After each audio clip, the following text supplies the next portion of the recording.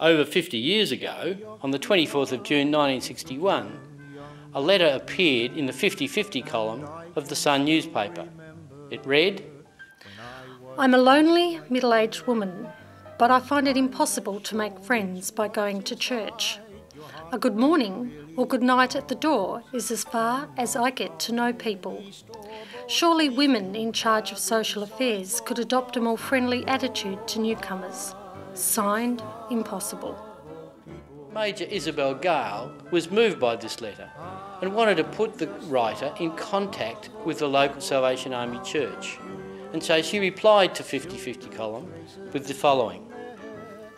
"Would Impossible, or any other person who wants to enjoy the friendship which really can be found amongst Christians, like to phone XB 6776 to be introduced to weekday groups where it is easier to recognise the friendliness underneath the reserve.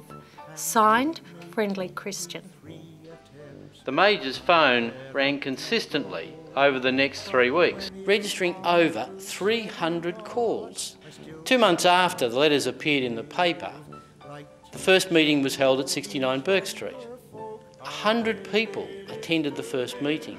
It is not clear whether Impossible ever responded to Major Gale's initial invitation, but we do know that thanks to her obedience to God's prompting, 300 people were moved to respond.